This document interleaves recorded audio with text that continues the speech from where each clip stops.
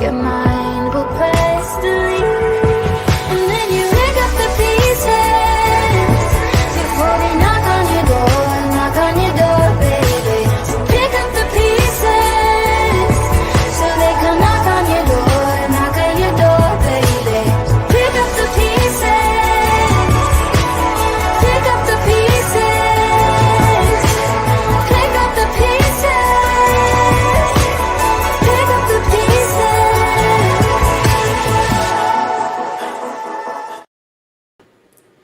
Good morning. Welcome to Hired, Navigate Your Job Search. For those who don't know, we had actually a previous podcast, probably about 6 months ago, stopped it because anybody who wanted a job had a job.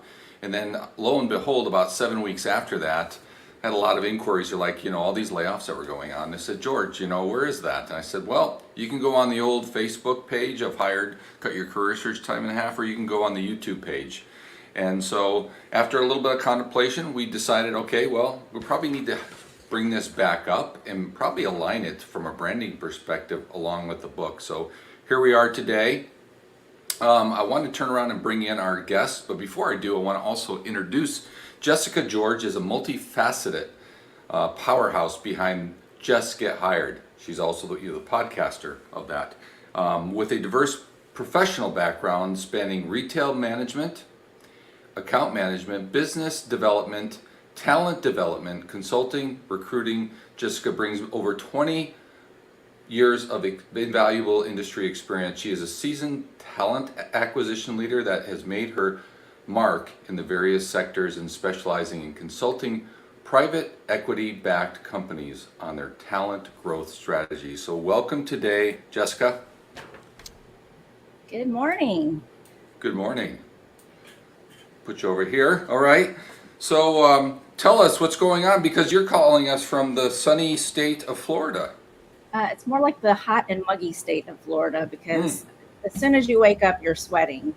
Right. It's miserable. I think it's supposed to be 98 degrees with a heat index of like 112. I don't know. Oh. It's very hot and humid here, but it's still beautiful and sunny, so I can't complain about that. Well, it's unlike Minnesota where we're shoveling 8 months out of the year. Sure. You get the weather changes in your part of the world. Yeah. It goes from like we don't really have winters here, so everything just dies or becomes very green. Well, hey, let's jump into the questions, because I know that we've got a lot of them, and we probably have some from our viewers. And I always ask for people to ask questions. Maybe there's a question that you may ask that other people are probably contemplating, but they just don't bring up. And so the first question is, how does someone start networking when they have never done any official networking, and what advice would you give to someone looking to expand their professional network? So networking is basically about creating relationships. And, you do it in various ways. Maybe we don't call it networking. But if you're looking to start professional networking, you really have to understand what your goal is and the purpose is for your actual networking. So make sure that you clarify your goals. Think about who you already know, because those people also know people that you might want to know or need to know, and they can expand your network as well. So I think if you can leverage your existing connections, you're already ahead of the game. Now that we're kind of out of this COVID funk, so to speak, we're able to attend more events. So if you see a local event that kind of caters towards whatever you're targeting or the types of people you want to meet, get out there, go network and mingle with people. There's a lot of virtual events still online. Things like this LinkedIn Live is also a good thing. See who's in the room, who's joined, and if they seem like they have an interesting background, send them a connection request. There's so many other ways that you can network. I mean, social media is huge, obviously. LinkedIn, especially for professional networking, but there's so many other industry websites that you can look through. So I always say, use social media as a friend and as a tool and as a driver for you to kind of get out there and meet people that you probably wouldn't meet in person. And then follow up with the people. So I get a lot of connection Yes. requests, a lot of people who want to connect with us online, Hear but from then they them. don't really follow up, you know? Yep. So they send you requests and then, you don't hear from them again. So, I like to hear from people, like, why did you want to connect with me? Or, Right. do I want to connect with you? Um, so try to provide value. I think leveraging your connections already, attend as many industry events, join online events if you can, use social media, and then just talk to people that might have, if you're targeting like a job title or a company, go look and see who works there and then see if you can find them and interact with their posts that they have online. So I know we'll probably talk more about like social media, but those are some of the ways I think that you can get started. Yeah, I totally agree. A couple of points that I'm bringing up. First of all, you know, I was an introvert back in 2016, didn't want to do any networking. So I get a lot of people in the same scenario. They're like, well, I don't really know very many people. You'd be surprised how many people you know through church and other functions that you've been a part of. And that at least helps kind of like, I would say, de-thaw the ice process of interviewing, which is very important for any introvert, right? Because they're going to turn around and get into the shallow end of the pool, not like when we were growing up, our parents just grabbed us and threw us into the deep end. And so I think that's important. The other thing from the networking or the relationship building, I love the fact that you had talked about, reaching out, making sure you at least make a small comment, because I've got 217 requests right now to connect, and I have no idea why they connected. And I've reached out to them without connecting, saying, have you saw me on a webinar? Did you see me on a podcast? I'm just trying to understand why you would like for us to connect. And ironically enough, 99% of the people never respond back. Yep, that's so true. Nope, agreed. So next question, are there specific events or platforms that you recommend? You talked a little bit about it, but maybe a little bit more, and recommend the job seekers to network effectively. Effectively. Well, LinkedIn obviously is king when it comes to professional networking. I don't think there's another platform like LinkedIn. That's why so many million people have joined the platform. And interestingly, I think it was yesterday or day before yesterday, Facebook just launched Threads. So I'm not sure if you're familiar. I just joined it and I'm playing around with it. It's kind of like Twitter, a lot of controversy about that. But I got on Twitter. I don't really interact as much, but I'm starting to get on there because there are a lot of people that will post things that they probably wouldn't post on LinkedIn because they know their employer's watching. But you get a genuine sense of who people really are by reading their tweets. And I think Threads is going to be kind of similar. So LinkedIn is great. There's a lot of groups also on Facebook.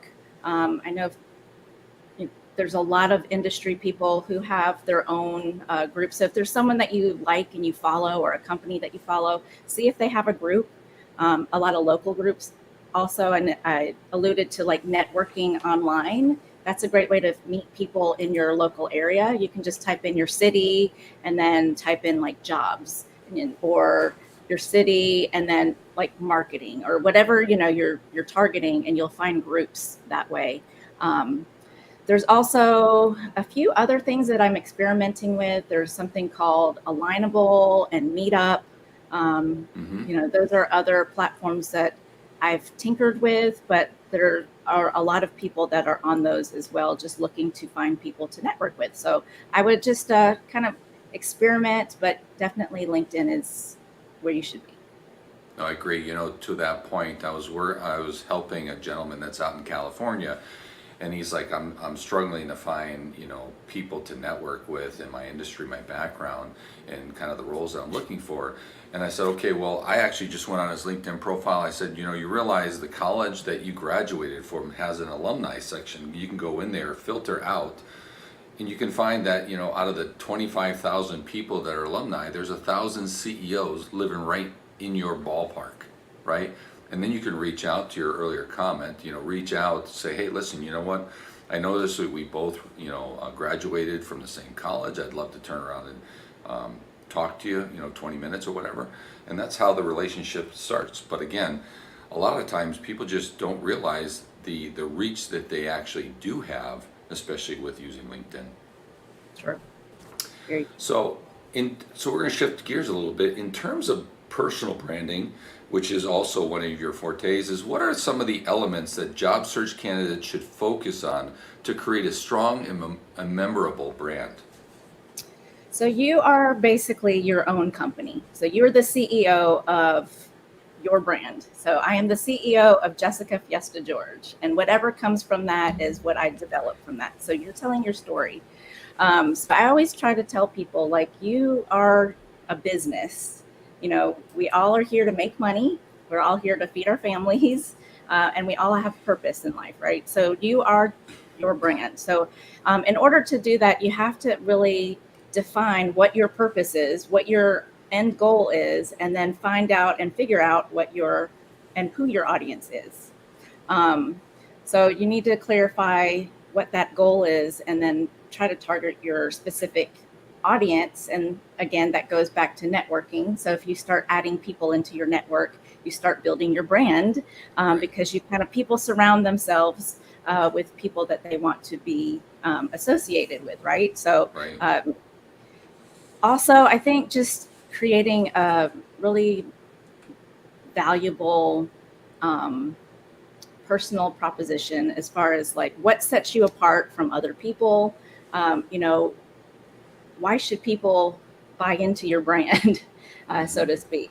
So that comes from, and you can develop that by, again, your online presence, the different things that you share on social media, any blogs that you might create, any posts that you comment on. You have to represent your brand. And I think a lot of people get in trouble with that sometimes because, they put a lot of their political feelings Yeah. into it, their personal feelings, and then, it starts getting muddied in the waters That's when not people start Facebook. reading. Yeah, exactly. Uh, and LinkedIn, unfortunately, you're starting to see some of that spill over because people, feel very passionate about whatever their cause is. And I think sometimes that can kind of murk the water a little bit when it comes to your personal brand. But, network strategically. We've talked about networking, making sure that your online reputation is clean and clear. I had this many years ago. I had an online bully, and I had to just clean up my social media. I started over my Instagram page. You know, uh, Even my LinkedIn, I just started a new page, started fresh because it was just all of these negative things on my account. And that's not what I wanted to have as part of my brand. So I tried to, clean it out. So just enhancing your online reputation, take a look at how employers might look at you, how other companies look at you when they come to your pages, and then just be authentic and consistent with building that brand, whether that's showing up on social media or, showing up at work, in a certain way, or showing up to meetings in a certain way. But just remaining consistent, I think is going to be key. No, I agree. As a matter of fact, short story, working with a CEO that was going into final rounds, with the board members, and ironically enough, they deselected him as the final candidate, and he didn't find out why until a little bit, probably a couple months later, because he had a friend that was on the board, and he said, you know what, you got deselected because you posted something that was definitely not neutral on Facebook 2 years ago. Well, you know as well as I do how long it just takes you to scroll one day. Right. Somebody had to scroll 2 years back on somebody's Facebook page to find out, oh, that's why we're not going to turn around and select that person. Would have never known, right? But the fact is those are the things you just don't know. And I always tell people, make sure you post positively. You always post something about what you know, skill, or what inspires you, and always make sure that it's something that if your grandmother opened up the newspaper on Sunday, you'd be proud for her to read it. Exactly. You No, know, I and agree. going back to what you just said, George, a lot of people don't think employers are looking at social media, Mhm. but they are.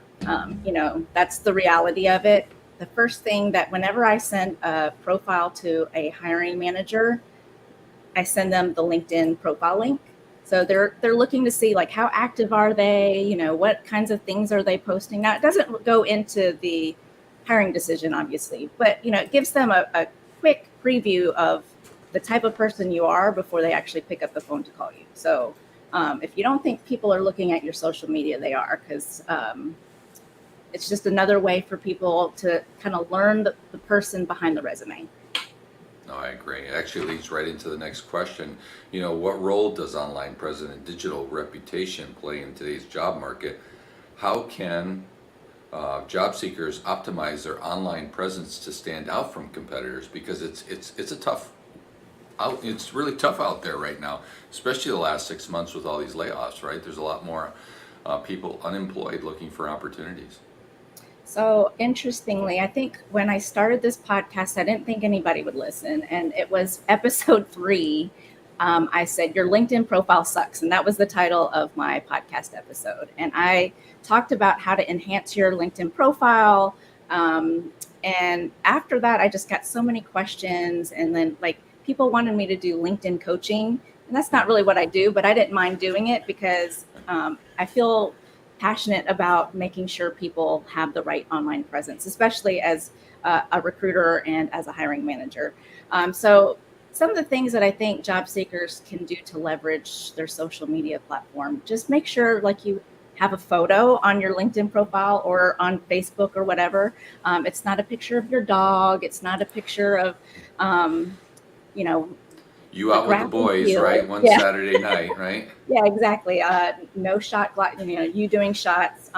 If you want, and unless that's part of your brand, right? We just Right. talked about branding. If that's the brand that you want to come across, then you know, by all means, do you. But you Sure. need to clean up your profile. So optimizing it by making sure you have a great headshot on there. Even if you don't get a professional photo, selfies are okay because I feel like people are getting really talented when it comes to taking good selfies.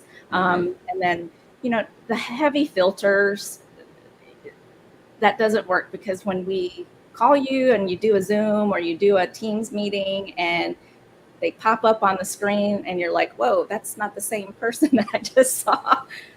She doesn't look like her picture. He doesn't look like his picture. So just a nice professional headshot, preferably smiling. You want to have your profile very inviting. You also want to make sure you have keywords in your profile. So if you are targeting certain job titles or industries, you want to make sure that headline, which is right underneath your photo, has keywords in there. And if you don't know what the headline is, it's right underneath your name on most social media platforms. Just make sure you have keywords and make sure that you're sharing content showing that you are an expert in whatever field that you're in, and then engaging in groups and communities. That's huge. You know, just because you post and someone comments, try to interact with them. That's just another way to enhance your brand and show employers that you're really engaged in your content and that you feel confident in what you're speaking about. And then, I don't know, just maintain professionalism. We talked about that earlier with your profile. You know, just make sure it's clean. Nope, I agree. You know, let's just take a little pause and why don't you tell us a little bit about the podcast that you had? What inspired you to do it and how long has it been going and what have you learned through the process? Well, it started out as a project during COVID. I think we were all trying to figure out what to do with our time because we were not allowed to go anywhere. I was unfortunately part of the millions of people who got impacted, and I was furloughed. So I was kind of wondering what to do. I did YouTube videos and realized that I'm not a YouTube person. There's a lot of production that needs to go through it in order for it to look great. And then, you know, fast forward 8 months out of being out of work, I found a job So that was great, but it took up a lot of time, and I really didn't think people were paying attention to what I was talking about. And then someone said, you actually are providing a lot of good value. I learned a lot. I didn't know how to make a resume. I didn't know how to network. I don't even know what the difference was between a furlough and a layoff. You should continue this. And they said, try podcasting.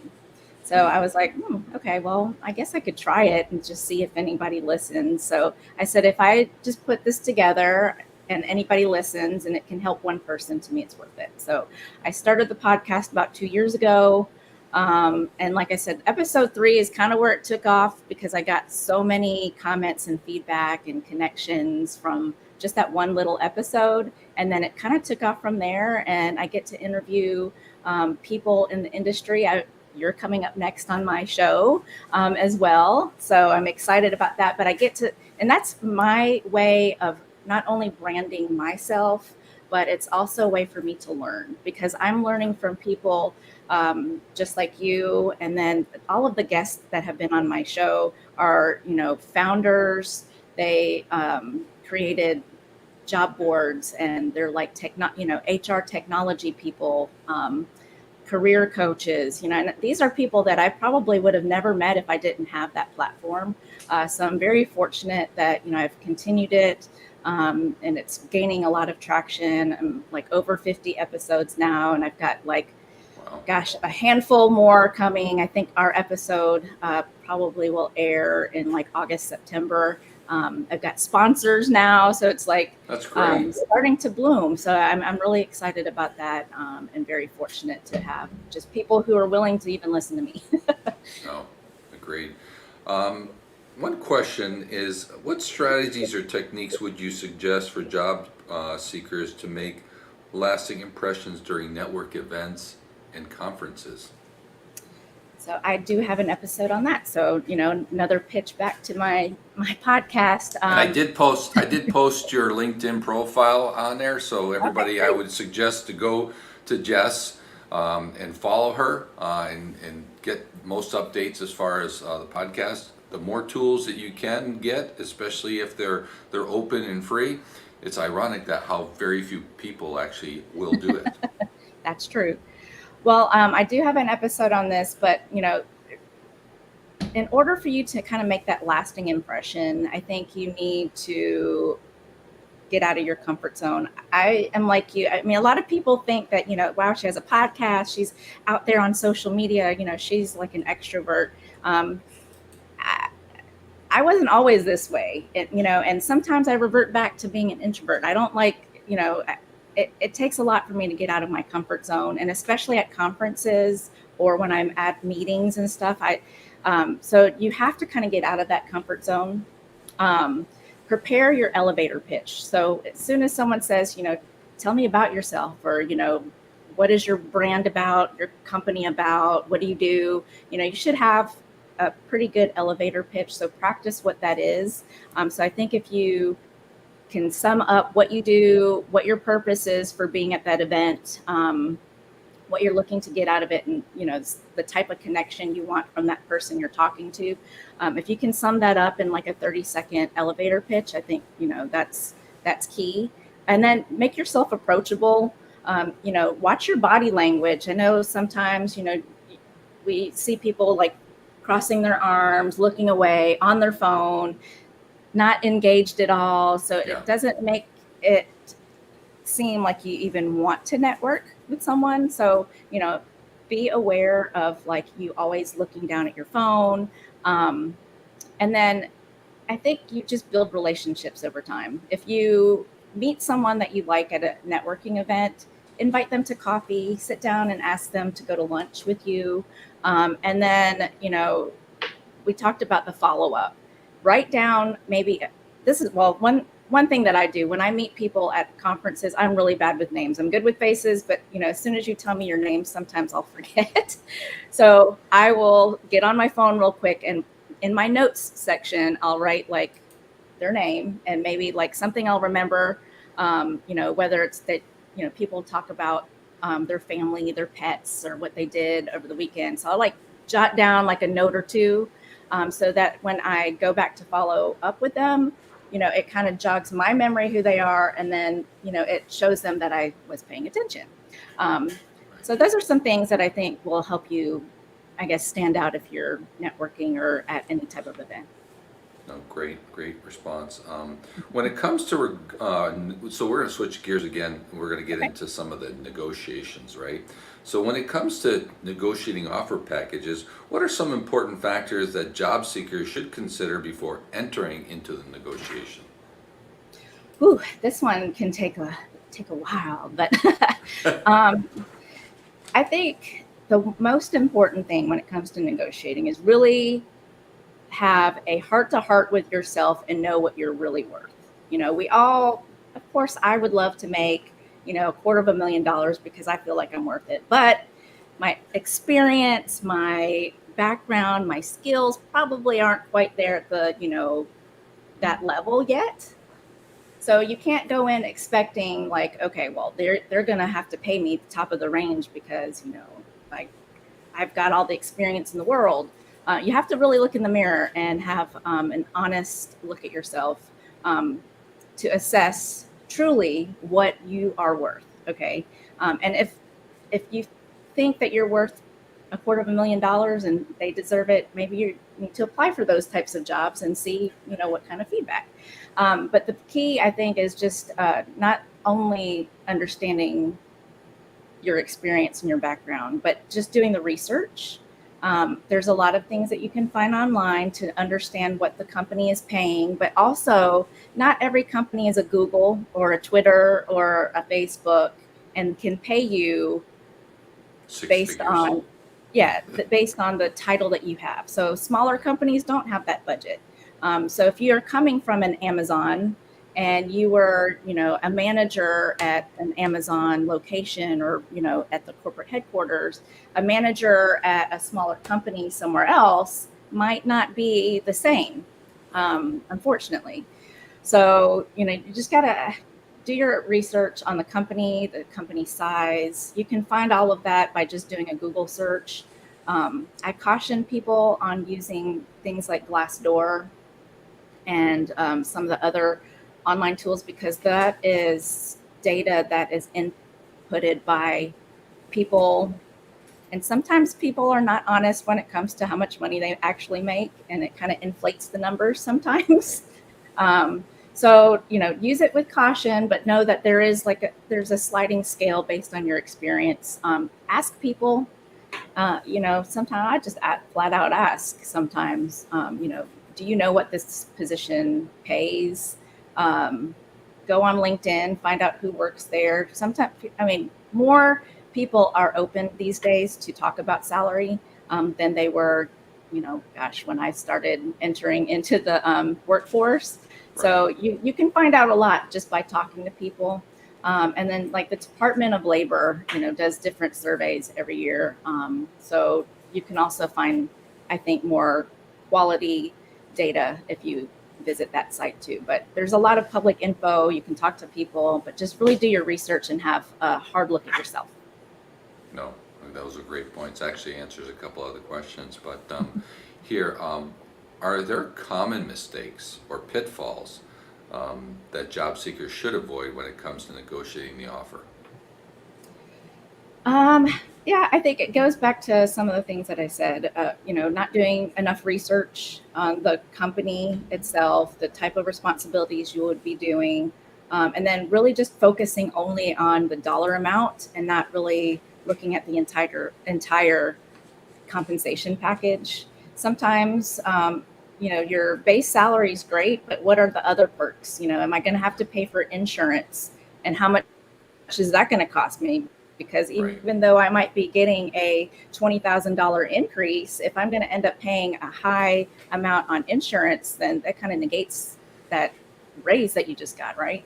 So ask more about the entire compensation package, and then make sure that weighs into your decision on how you're going to negotiate. And then just making sure that like your bottom line, like you know what your budget is for your family, what you need to keep the lights on, what you're going to need. So just have that hard number in your mind, but then also think about all of the other things that would be a part of the package. So I think if you think about all of that holistically, you can better put that into like a salary negotiation. No, agreed. As a matter of fact, one of the things I tell people, to your earlier comment, right, is do more inquiries, right, about the whole package so that you can answer most of them, so that when you go back to the table, and you only got an opportunity to go back once, right, possibly twice, right, but never pushing it, right, is, make sure that you get all the information so that you come back to the table with 2 to 3 things. I've had people come back with a dozen things, and it's like, wow. Obviously, they didn't ask clarifying questions, or maybe we weren't clear as far as what we were offering. And it's like, well, that's really frustrating when you've gone through this whole process, especially if you're a professional. I mean, the whole interview process could take anywhere from a month to 3 months. Yeah, that's No, true. great.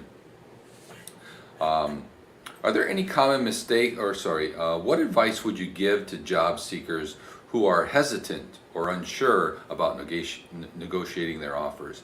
And how can they overcome any fears or concerns that they may have? So it is a scary thing to like, I mean, you're playing, whatever number you land on is the number you're going to be stuck with until you find your next job or you get promoted, right? So, I mean, it is a very important part of the interview process. And, even I still get nervous, even asking for raises and stuff like that. So, but I think if you practice what you're going to say, I think that will help. Always kind of like practice it, just like you would your elevator pitch. You should practice it with a friend or a colleague, and ask them, how does this sound? Am I coming across clearly? And that way you don't have Too that demanding or whatever, right? Exactly. You don't want to sound like you're not confident, because you want to go into a salary negotiation confident that this is exactly what I want and this is why. I kind of use not a script, but something that Cliff notes. yeah, I try to tell people to do. So, like, here, let me read it. Based on the conversations we had about this role, given my experience in XYZ and how I can help, and you can insert your verb like transform, contribute, or elevate your company, I feel like I would be in the mid to top of the range. Do you mind sharing the components of the salary package before I determine a reasonable number? So I always tell people, don't be the first one to throw out a number. Yeah.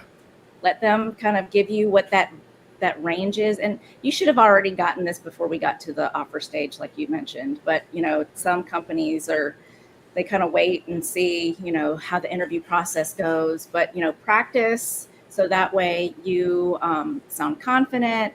If you're unsure if that number that they give you is really the one for you, ask for more time. People understand, they're not expecting you to say, yes, I'm going to take it, or, Right. like, oh God, no. Just ask for more time, and just, usually they'll give you like 24 to 48 hours to think about it, or 2 to 3 business days. And then just turn it around also and ask the manager, okay, well, this is kind of what I'm thinking. Do you think that's acceptable based on what you know about me? How does that align with, your budget? And then instead of making it more of like a transaction, make it more conversational. And I think that you'll get more out of the negotiation process if you look at it as more of a conversation versus like, here are my list of demands. Yeah. And I think you get more out of a conversation because they know how important it is to you. Yeah, I mean, and it also reduces the anxiety on both sides too. Absolutely. Well, Jessica, that's all the questions I had. I really want to appreciate you taking the time to jump on the show. I know that you're very busy with both of your roles, and looking forward to me being on your podcast. And if there's anything we can do for you, let us know. But I appreciate your time. Absolutely, George. Thanks for having me. All right. Again, I posted Jessica's profile on the comment section, so I highly suggest you going out there and following Jess, because there's a lot of great information, and you can't get too much. Book, I've got a lot of opportunities that were in there, and I tried them all, but I've kind of dwindled down to 3 or 4, and I want to make sure that what I realized is the 3 or 4 that I'm working with might not work for everybody else. So again, knowledge is king. So also wanted to finish up like we do with a landing or somebody in job search and what they're looking for. So if you don't have time, come back and watch us on the YouTube or as well as Facebook. But want to introduce you to Justin, who just recently landed a new opportunity, much higher than he had in the past. And we'll go do that right now.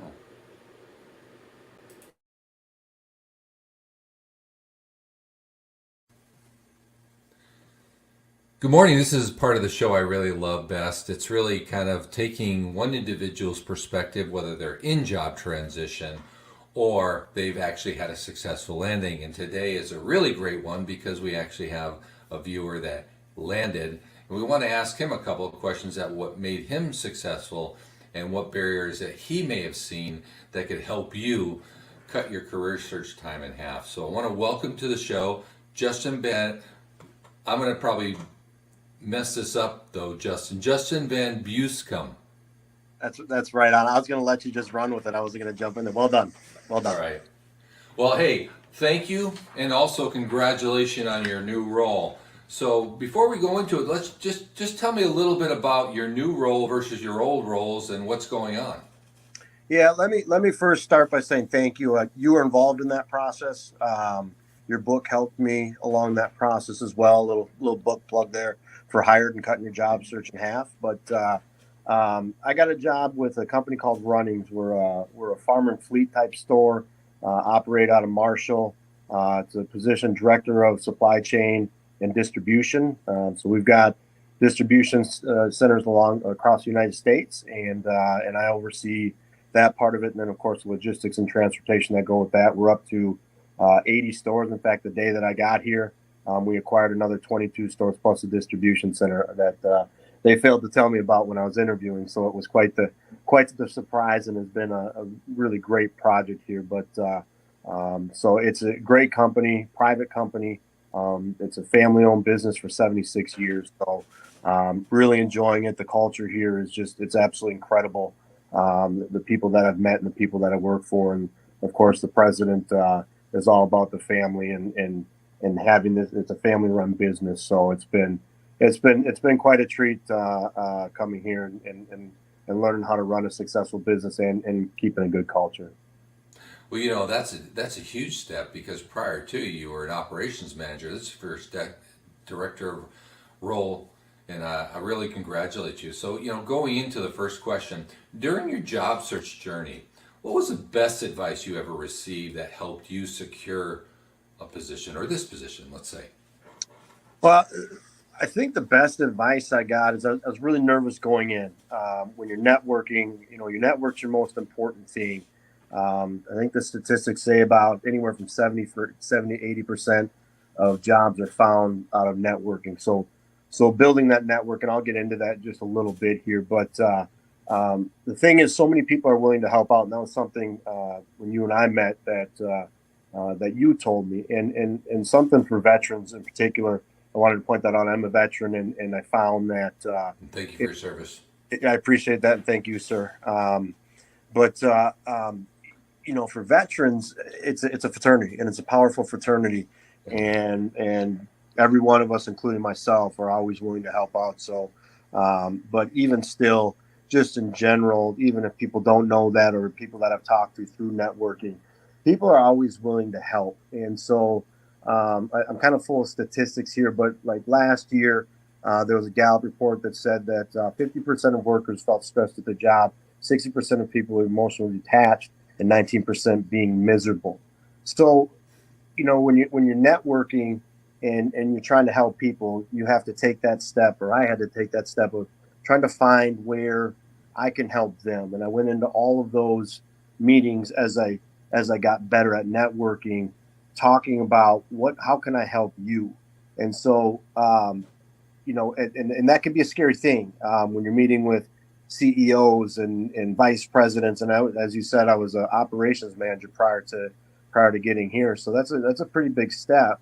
And really, what can I offer to those people? And so I wanted to share a quick story. I had met a gentleman from Minnesota through networking. We had about a 30-minute Zoom meeting. At the end of it, he said, "I got to introduce you to this guy." He said, "Desert Storm veteran, well connected in the area. Matter of fact, he lives just down the road from you at the time."